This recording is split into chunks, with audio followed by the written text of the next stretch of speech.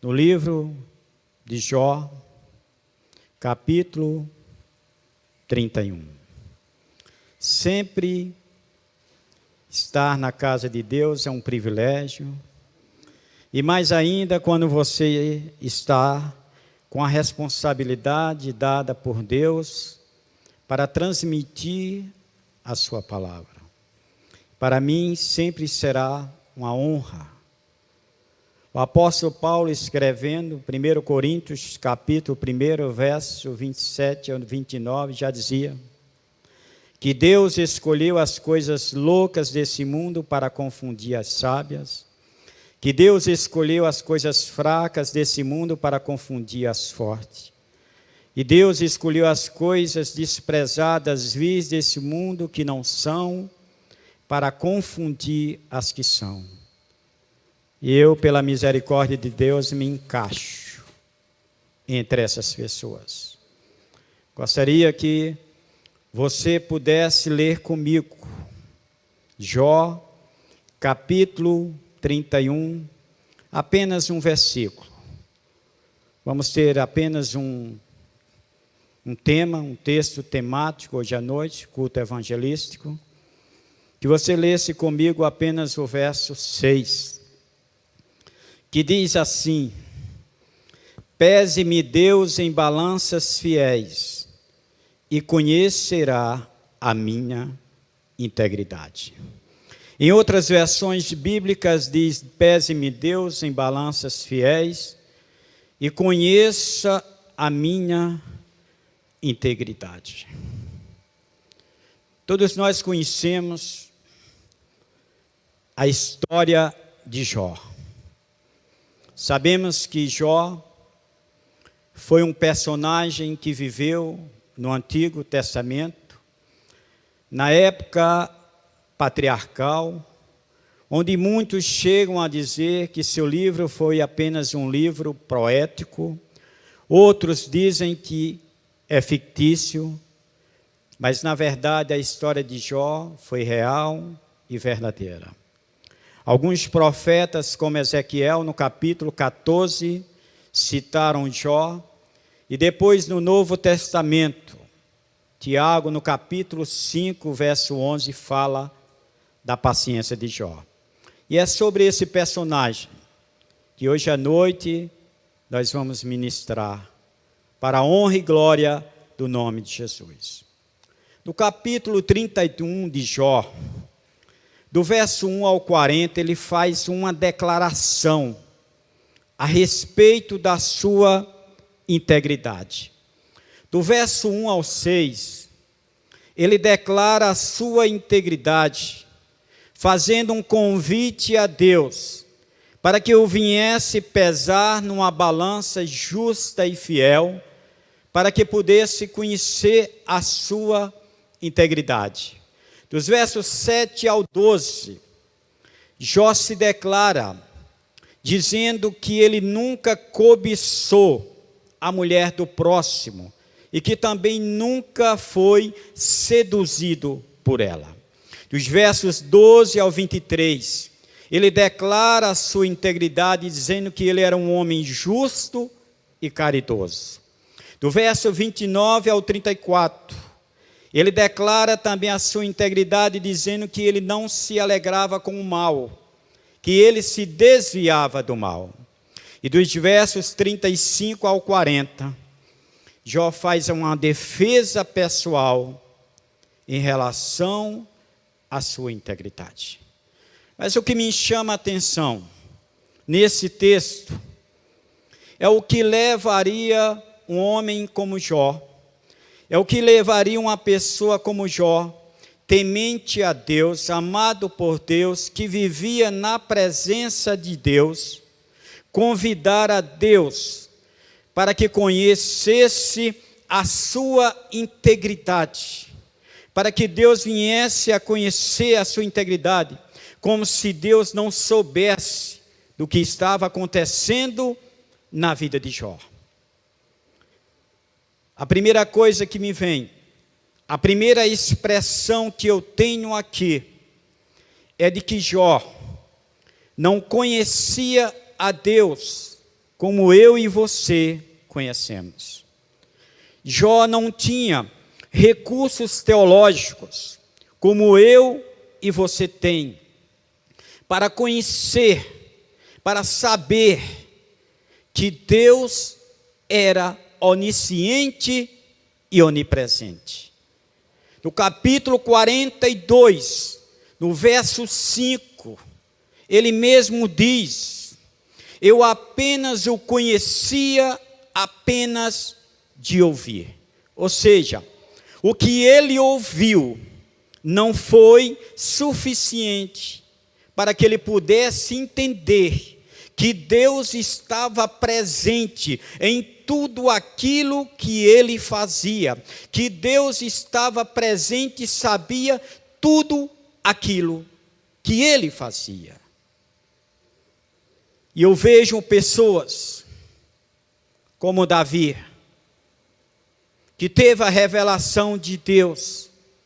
No capítulo 139, no Salmo 139, Davi relata a onisciência de Deus e a onipresença de Deus. No verso 4, Davi já dizia: antes que a palavra me chegasse ao coração, antes que a palavra me chegasse à boca, Deus já conhecia. Isso é onisciência. Aquilo que você pensa, antes de chegar aos teus lábios, antes de chegar ao teu coração, Deus já sabe.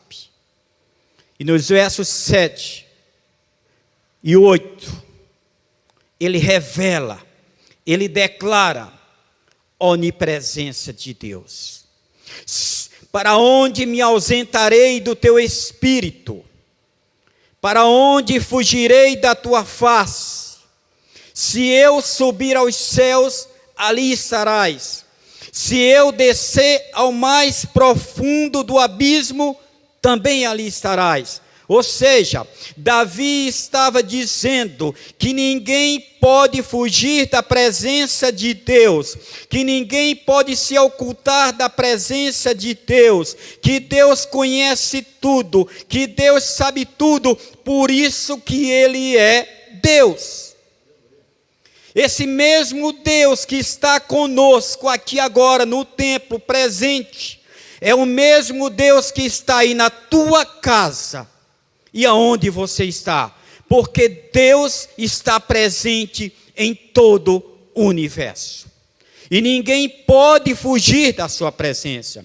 Às vezes você pode até pensar que você está fazendo algo que não seja do conhecimento de alguém. Talvez a sua esposa não saiba, talvez o seu marido não saiba, talvez a igreja não saiba, ninguém saiba, mas eu quero dizer para você nessa noite, que Deus na sua onisciência e onipresença, através dos seus atributos incomunicáveis, Ele sabe tudo. Não dá para fugir de Deus, não dá para fugir da presença de Deus. E não só era Jó que não conhecia.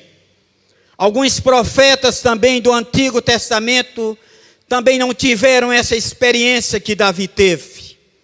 Por exemplo, Jonas. Jonas recebeu uma missão de Deus para ir até a Síria, para pregar na cidade de Nínive, para os ninivitas. Mas havia um problema. Jó não gostava daquele povo, Jó não gostava da nação da Síria, porque eram perseguidores, eram cruéis, eram violentos. É como aquele crente que não gosta daquela pessoa e não quer a salvação dela, não quer que ela chegue ao arrependimento. Assim era Jonas. De onde Jonas estava, de Israel até a cidade de Nínive, passou era 800 metros. Jonas preferiu percorrer 1.200 quilômetros. Ou seja, era 800 quilômetros. Não era 800 metros, me desculpa. Ele precisou correr 1.200 quilômetros para fugir da presença de Deus, porque não queria a salvação dos seus inimigos. Enganou-se, porque Deus está em toda parte. E Jonas achava que indo para Tarsis, uma cidadezinha que ficava na Espanha, ele iria fugir da presença de Deus e não iria realizar o ato de Deus, aquilo que Deus queria. Duas coisas aqui que me chamam a atenção, que eu aprendo aqui. Primeira, que o livre-arbítrio do homem só vai até onde Deus permitir. O livre-arbítrio do homem só vai até onde Deus quer. Deus poderia ter levantado outro. Deus poderia ter chamado um outro profeta para fazer a sua obra. Mas ele disse, é você mesmo que vai. Nem que seja dentro de um peixe, nem que seja vomitado na beira da praia, mas é você mesmo que faz. Para mostrar que eu sou soberano, que eu sou Senhor, que eu sou o Deus Todo-Poderoso, que eu sou o Criador de tudo, e que eu mando em tudo, e que tudo está embaixo dos meus pés, e que eu coordeno tudo e tenho controle de tudo. Foi o que Deus disse para Jonas.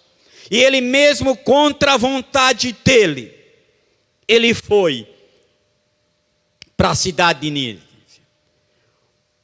O reverendo John Stott, em memória, já dizia que não houve, pastor, nenhum avivamento na história maior do que o que aconteceu em Nínive, mesmo contra a vontade dele. Mas o maior avivamento da história aconteceu na cidade de Nínive, porque diz que mais de 300.000 pessoas se arrependeram. Uma cidade inteira se arrependeu. Até os cachorros jejuaram e não comeram por ordem do rei. O maior avivamento da terra. Por quê? Porque Deus é soberano. Enquanto que Jonas achava que podia se esconder de Deus, da presença de Deus, fugir da presença de Deus, não fugiu, prevaleceu a soberania de Deus. Jeroboão também não conhecia. Jeroboão, primeiro rei do norte, depois da divisão, idólatra, o filho doente, manda a mulher se disfarçar. 1 Reis 14, vai até o profeta Aías, procura uma informação a respeito dele. Agora você vai disfarçada, você não vai assim, você vai disfarçada para ele não te conhecer, até porque ele está com os olhos escurecidos pela idade dele, ou seja, catarata, ele não vai te conhecer. Enganou-se. Antes que a mulher de Jeroboão chegasse, Deus chegou primeiro, porque Deus sempre chega primeiro, e Deus sempre está presente em toda parte. E quando a mulher de Jeroboão chega, e o profeta Aías, mesmo sem enxergar, sem ver, quando ele viu o ruído dela na porta, ele disse, entra, mulher de Jeroboão. Isso é glória de Deus, isso é a presença de Deus em toda parte. E Jó não conhecia isso. Por mais que fosse temente a Deus, por mais que amasse a Deus e andasse nos caminhos de Deus, Jó não conhecia isso. Outra coisa que eu tenho aqui aprendido é que antes que Jó declarasse a sua integridade diante de Deus, Deus já tinha testemunhado. Deus já tinha declarado. No primeiro capítulo de Jó, do verso 6 ao 9, quando Satanás se apresentou diante dele, Deus disse, visto o meu servo Jó, homem reto, digno, temente a Deus e que se desvia do mal.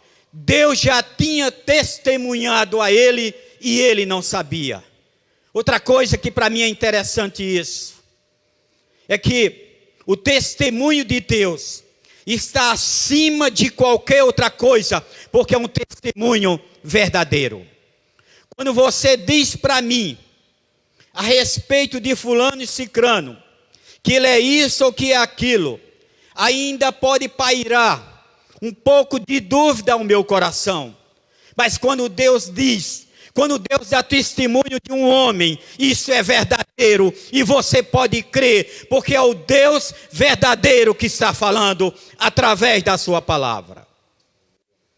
E Deus deu testemunho. Ezequiel capítulo 14, verso 14, também dá testemunho de Jó. E diz que se eles três tivessem uma cidade, e que essa cidade estivesse para sucumbir, estivessem para ser destruída pelo fogo, e se deles tivessem Jó, Noé e Daniel, só eles três escapariam. Isso é testemunho de Deus. O tempo passa, chega Jesus Cristo, e Jesus Cristo, como Deus, também testemunha outro homem de Deus. E diz também, em Lucas 7, 28, Jesus Cristo diz: nenhum homem nascido de mulher é maior do que João Batista. João Batista agora passou a ser maior do que Noé. João Batista agora é maior do que Jó. João Batista agora era maior do que Daniel, do que Moisés, do que Abraão, do que todos aqueles que viveram antes dele. Por quê? Porque Jesus Cristo era quem estava dizendo. Era a verdade que estava falando. Era ele que estava testemunhando. E eu fico pensando, o que Deus teria que dizer de mim e de você? Qual era o testemunho que Deus daria de mim e de você? Irmãos, isso é sério. Andar na presença de Deus é sério. Fazer a vontade de Deus nos dias de hoje é sério. Não se contaminar com essa geração que está aí podre, isso é sério. É obedecer a Deus, é temer a Deus, é fazer a vontade de Deus, porque eu creio que esse mesmo Deus que deu testemunho de Jó, que deu testemunho de Noé, de Daniel, de João Batista, ele dará de mim e de você, se andarmos na sua presença, se fizermos a sua vontade. O que é ser uma pessoa íntegra? Uma pessoa íntegra é uma pessoa que não se corrompe, é uma pessoa que não se vende, é uma pessoa que é honesta, que é digna, é uma pessoa irrepreensível. Esse é o tipo de uma pessoa que é íntegra. Mas Jó ainda provou a sua fidelidade. Jó provou que a sua integridade, que a sua fidelidade a Deus não dependia da sua riqueza, não dependia daquilo que ele possui. Jesus Cristo, falando para um homem avarento, Jesus Cristo disse em Lucas 12, verso 15, que a vida de um homem não consiste nos bens que ele possui. Ou seja, a vida do crente, a riqueza do crente, não está na sua casa, não está na sua conta bancária, não está nas suas propriedades. A vida do crente, a riqueza do crente, está nas suas obras, que é feita aqui na terra diante de Deus. Está naquilo que ele faz diante de Deus. Mateus 6, 19 ao 21. Jesus Cristo disse que devemos criar tesouros nos céus, aonde a traça não consome, aonde o ferrugem não destrói, e onde os ladrões não vão poder entrar, nem os corruptos, para poder roubar. É esse tesouro que nós temos, e que devemos construir aqui, para poder levar para a glória, para um novo céu e uma nova terra, que um dia nos espera, lá na frente, no futuro. Essa é a vida do crente. Jesus Cristo respondeu isso muito bem da riqueza da igreja. A cidade de Esmirna tinha uma igreja onde todos viam aquela igreja como uma igreja pobre. Eram trabalhadores rurais, eram colonos, pessoas que viviam da agricultura, mas que eram tementes a Deus. Aos olhos da sociedade, aquela igreja era vista como uma igreja pobre financeiramente. Mas Jesus Cristo diz: mas tu és rica. Se Jesus Cristo disse que aquela igreja era rica, é porque ela espiritualmente ela era rica diante de Deus. Ao contrário da igreja de Laodiceia, em que era uma igreja vista pela sociedade como uma igreja que prosperava, como uma igreja rica. Os seus membros eram homens banqueiros, grandes comerciantes daquela cidade.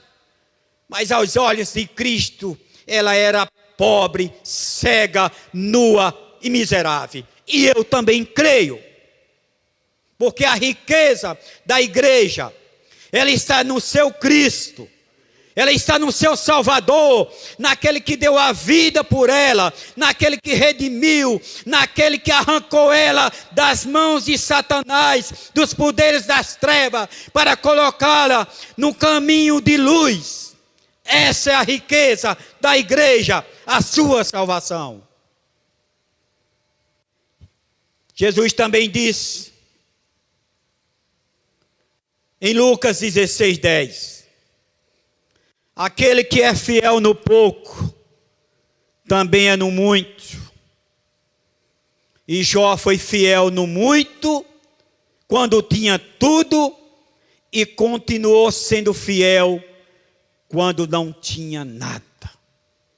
A riqueza de Jó não dependia daquilo que ele tinha, não dependia das suas propriedades, não dependia de 7.000 ovelhas que ele tinha, não dependia de uma frota de camelos alternativos que carregavam pessoas de um lado para outro, não dependia de uma grande fazenda que ele tinha, de uma grande manada, de 1.000 cabeças de bois, porque diz que ele tinha 50 juntas de boi, e 500 juntas de boi, e 500 jumentas que dava leite para todo o pessoal.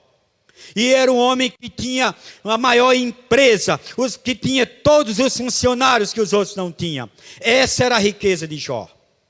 Por isso que ele era rico. Mas a riqueza dele não estava nisso.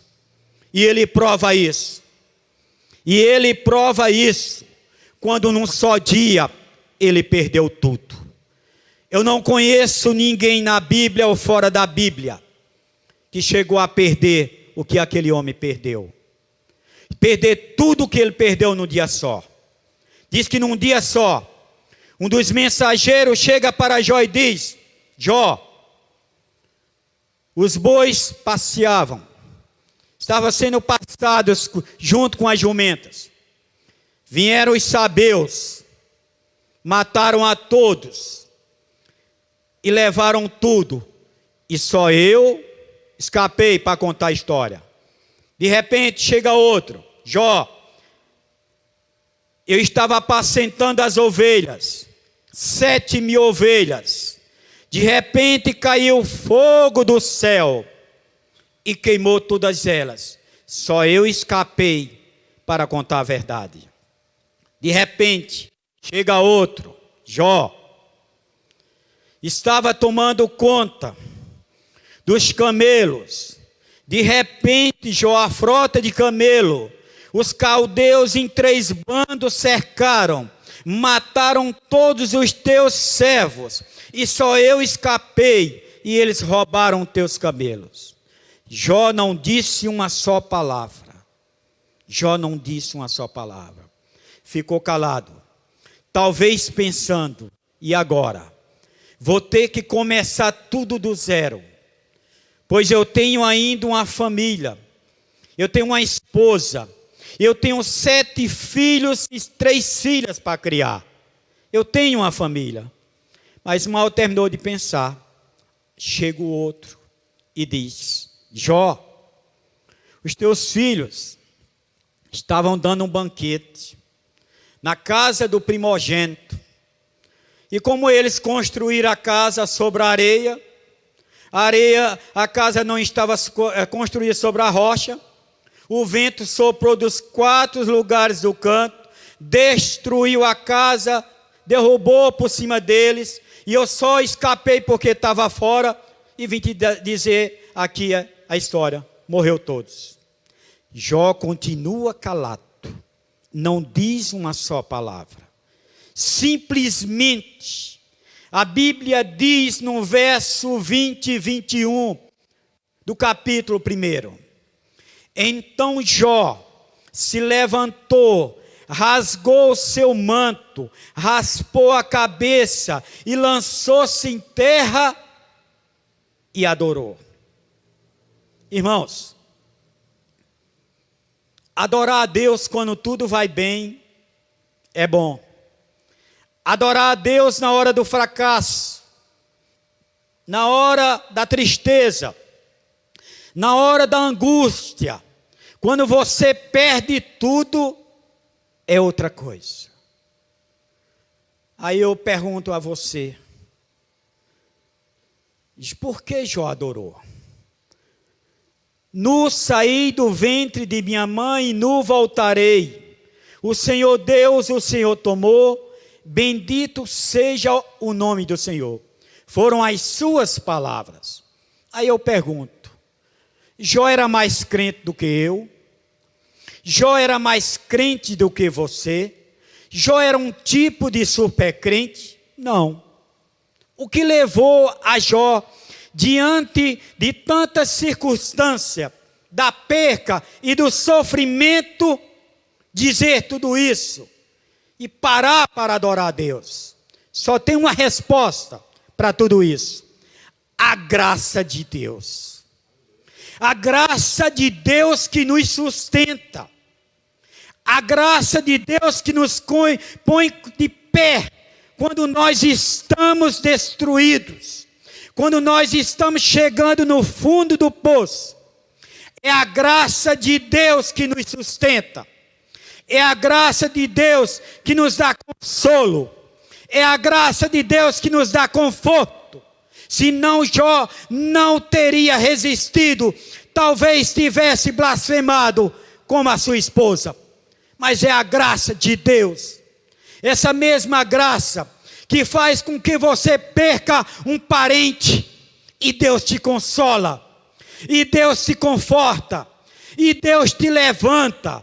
Essa mesma graça que faz com que você seja roubado, que perca um bem, alguma coisa de valor, e Deus te segura, e Deus te dá esperança de que você vai recuperar, de que você vai ter de novo.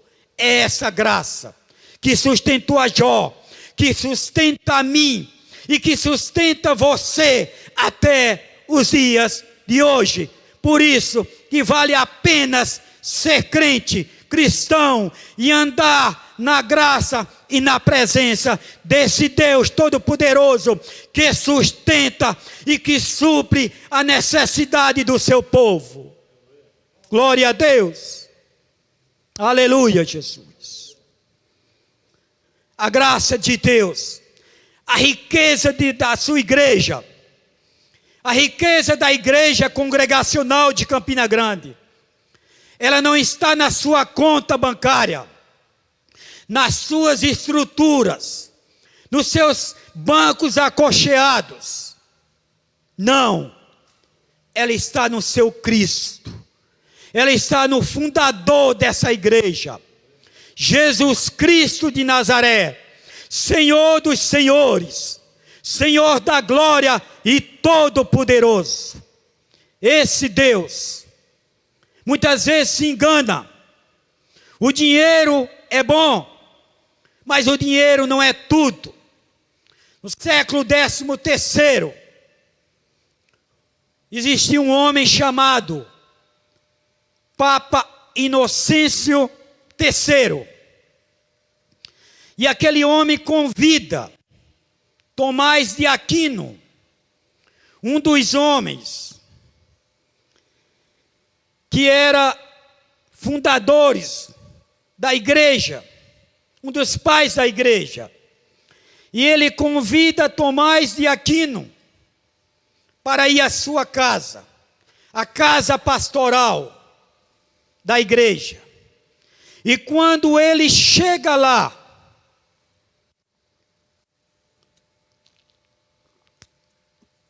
ele foi levado até a presença do Papa.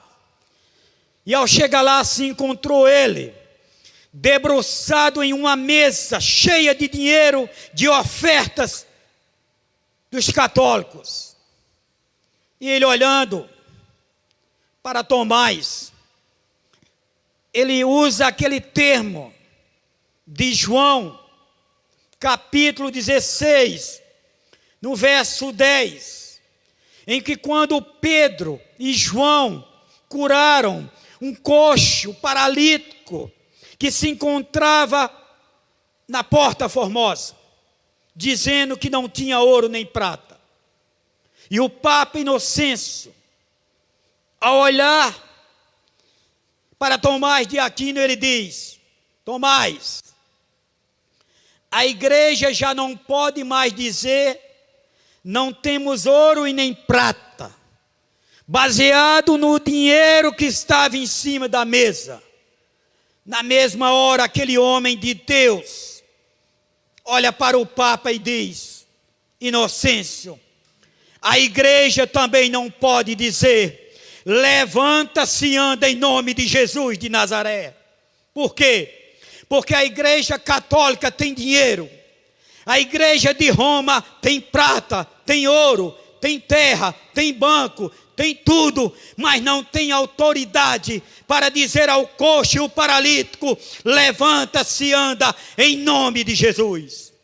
Porque esse poder só foi dado à igreja de Cristo, remida e lavada no sangue de Jesus. Somente a igreja de Cristo tem esse poder. Se ela teve no passado, ela também tem no presente. A mão de Deus não encolheu. Se a igreja não faz esse respaldo, se a igreja não continua, os dons não cessaram, é porque a igreja não está preparada, é porque a igreja não tem condições. A igreja tem se misturado com o mundo, enquanto que a igreja primitiva se misturava somente com a presença de Deus, com a palavra de Deus. Por isso que não acontece. Mas os dons não cessaram, eles continuam vivos até o dia final da igreja de Cristo aqui na terra. Glória a Deus por isso. Eu quero dizer para você, nesta noite, que Jó, mesmo não conhecendo os atributos incomunicáveis de Deus, que Deus não divide com ninguém, mas ele apenas conhecia os comunicáveis, não os incomunicáveis, mas os comunicáveis. Bondade, misericórdia, justiça e amor, ele conhecia porque ele mesmo citou no seu livro. Mas Jó sabia de uma coisa. Jó 42, ele diz: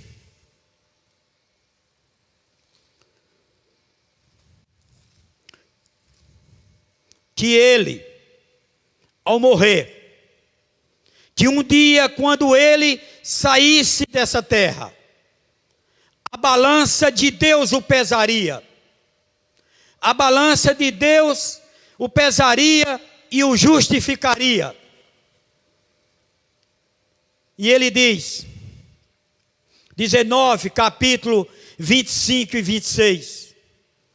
Porque eu sei que o meu Redentor vive, e por fim se levantará sobre a terra, depois revestido em meu corpo, da minha pele, em minha carne eu verei a Deus, vê-lo-ei por mim mesmo, os meus olhos o verão.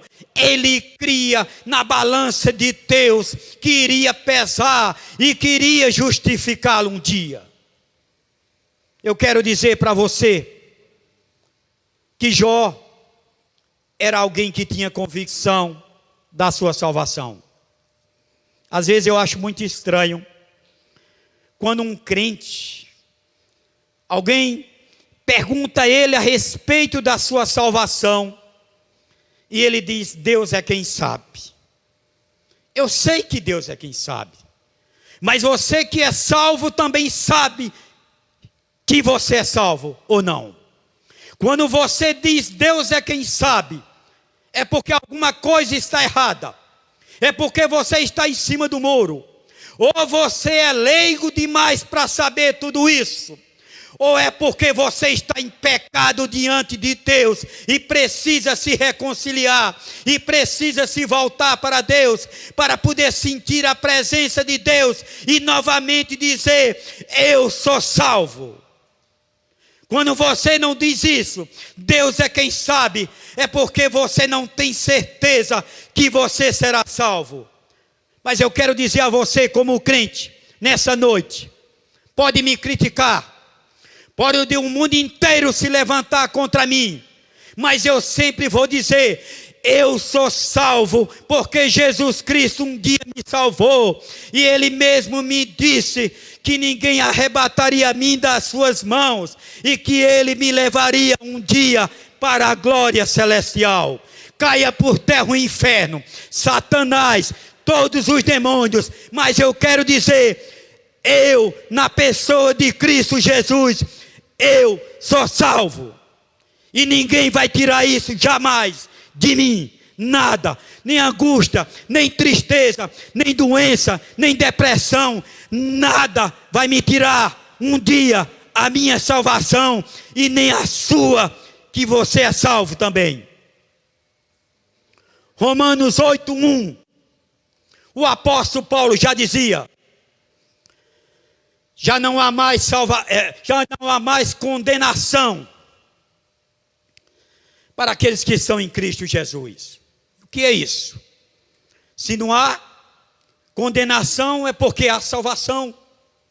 E porque se há salvação, se apegue, se agarre com essa salvação que Deus te deu, porque você é salvo para a honra e glória de Deus, não pelos teus méritos, porque os teus méritos e os meus méritos estaríamos nós no inferno hoje e depois, mas não, pela graça de Deus, essa graça salvadora que Ele nos deu, é essa graça que nos põe de pé e nos dá a certeza de que verdadeiramente nós somos salvos para a glória de Deus. E continuando, eu quero te dizer uma coisa, que a balança de Deus é fiel. Jó tinha certeza em dizer que essa balança é fiel, porque realmente ela é fiel. Essa mesma balança que pesou no passado, ela está pesando no presente e vai pesar no futuro. No passado ela pesou cidades como Sodoma e Gomorra, ela pesou profetas, ela pesou sacerdotes, ela pesou povos nos dias de Noé, e chegou a pesar até reis. Daniel capítulo 5, verso 27, diz que o rei Belsazar, filho de Nabucodonosor, deu um banquete, uma grande festa, e começou a beber vinho e se embriagar junto com todos os convidados.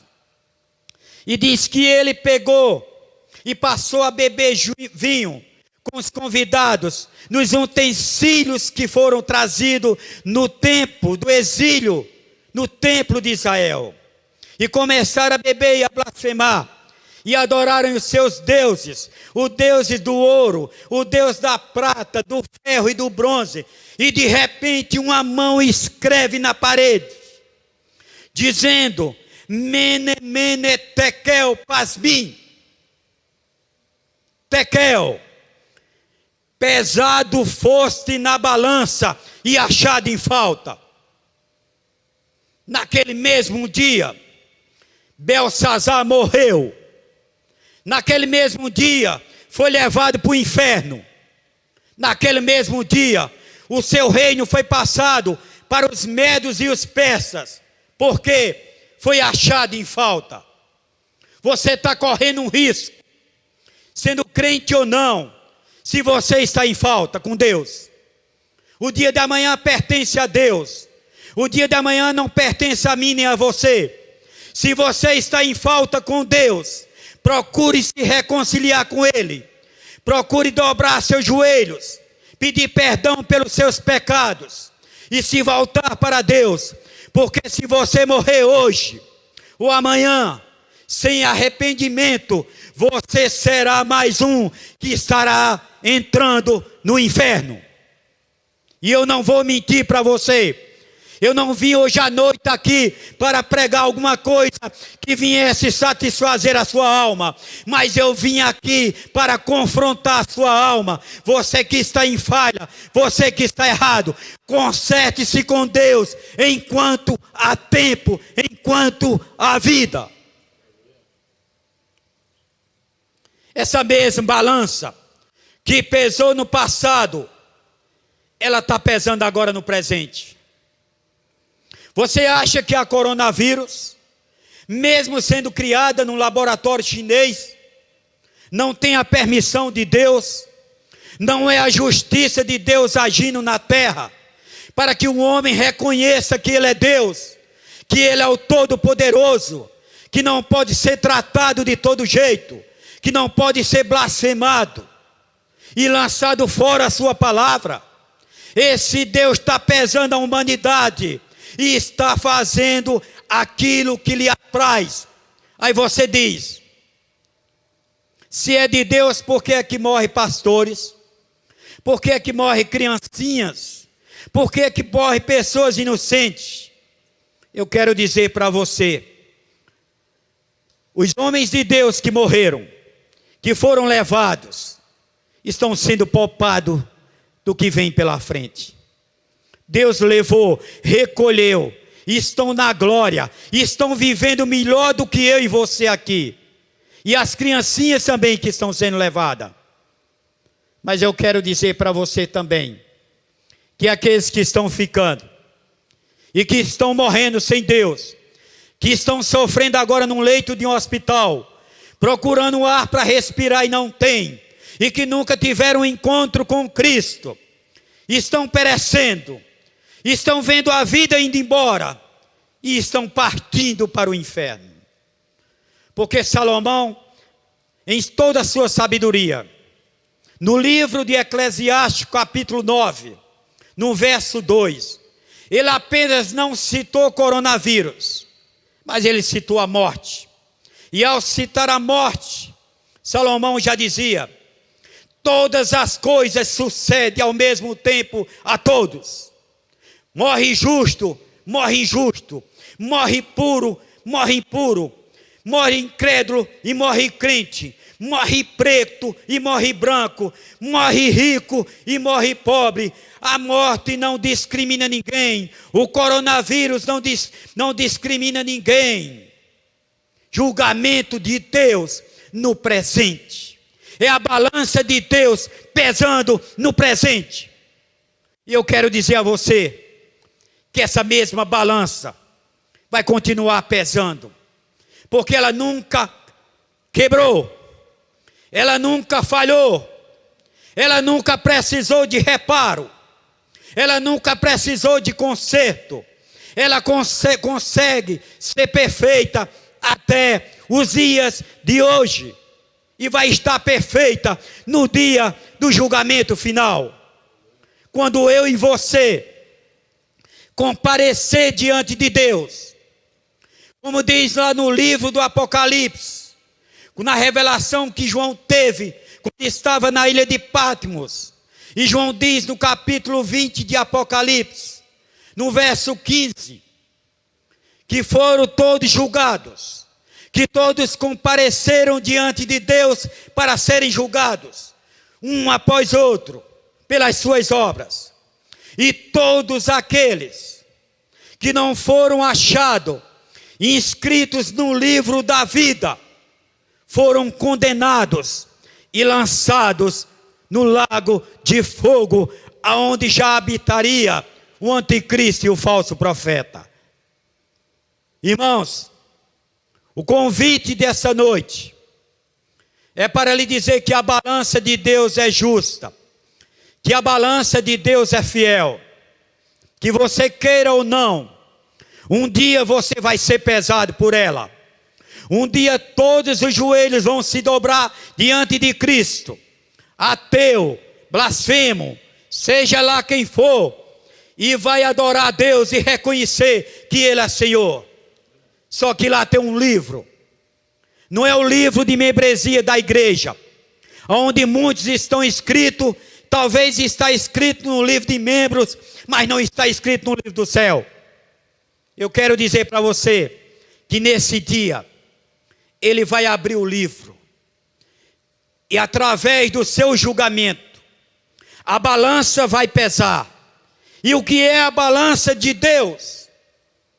A balança de Deus é o julgamento de Deus, através da sua onisciência, através da sua onipresença. E ninguém vai escapar disso. Todos vão ser julgados, e a balança vai prevalecer. O meu convite a você: Deus te dá uma outra oportunidade. Talvez Ele não deu a Moisés, mas Ele deu a Jonas uma segunda oportunidade.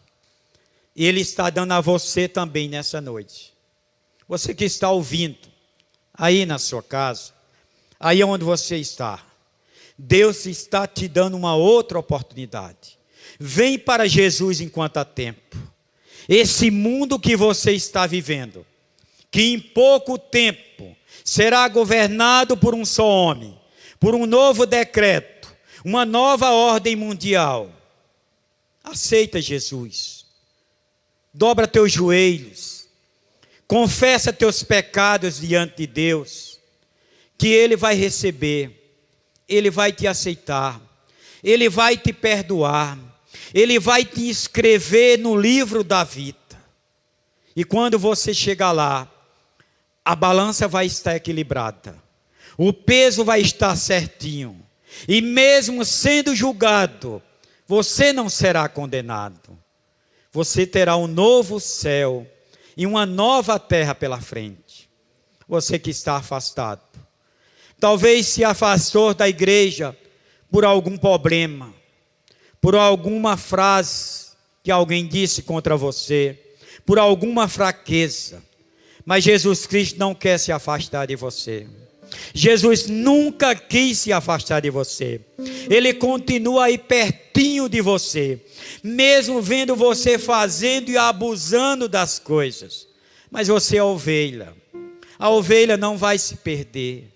É melhor você vir, meu irmão, por amor. Não deixe para vir pela dor.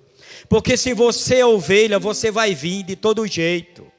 Mesmo contra às vezes a vontade, sem força, fraca como uma ovelha. Mas você um dia vai vir. Procura vir por amor. Procura reconhecer de novo esse Jesus que te ama, que deu a vida por você e que está querendo trazer você para dentro do seu aprisco novamente. Esse é o meu recado de hoje à noite. Que Deus abençoe a tua vida. Que Deus abençoe a tua família. Que Deus encha de graça, te cubra de bênção espirituais, para a honra e glória do teu nome.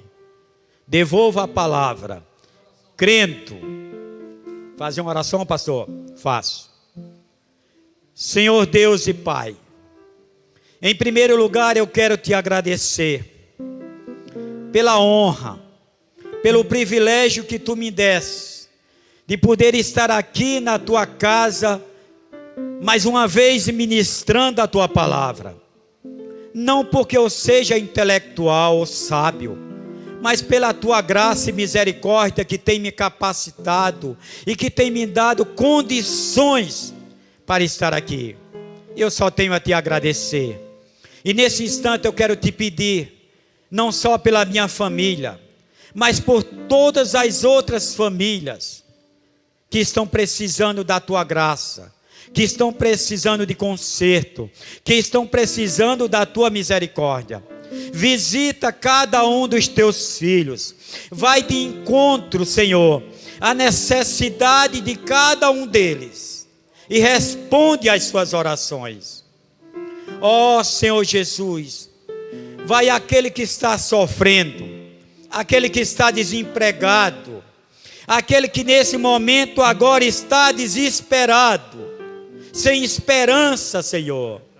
Tu que estás em toda parte, ó Deus, Tu que estás vendo tudo, Senhor, socorre, ó Pai, socorre, ó Deus. Abençoa teu povo, aviva a tua obra no meio do teu povo, Senhor. Abre as portas da igreja, quebra o decreto, Senhor, que nada possa proibir dos teus servos te adorar. Adorar em casa é bom, mas aqui é melhor. Estamos na tua presença, sentimos o teu calor, sentimos tu passear no nosso meio.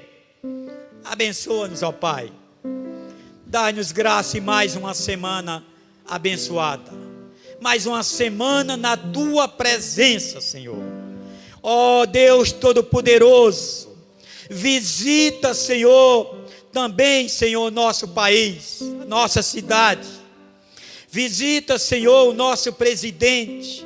Dai a ele humildade, dai a ele graça e todas as condições possíveis para que ele possa governar o nosso país, para que o teu povo possa declarar a tua palavra, para que o teu povo possa ter a liberdade de te servir e te adorar, Senhor, para a honra e glória do teu nome, e as famílias serem, Senhor, abençoadas e educadas na tua palavra.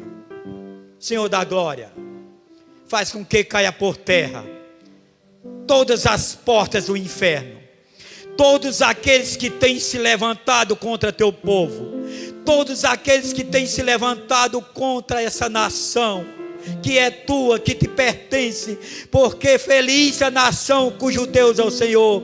Existe um povo aqui nessa nação que dobra os seus joelhos de dia e de noite para te adorar, para te reconhecer e para clamar a ti, porque sabe que tu és a solução para esse país.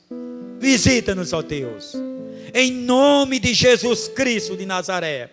Essa é a minha oração nessa noite, e leva em paz todos aqueles para casa, com segurança, debaixo da tua graça, da tua bênção e da tua proteção. Que nos próximos cultos possamos estar diante de ti, te adorando mais uma vez, para a honra e glória do teu nome. Assim te agradeço, ó Pai, em nome de Jesus Cristo de Nazaré, meu Salvador, Salvador da igreja. Amém. Que Deus abençoe a todos.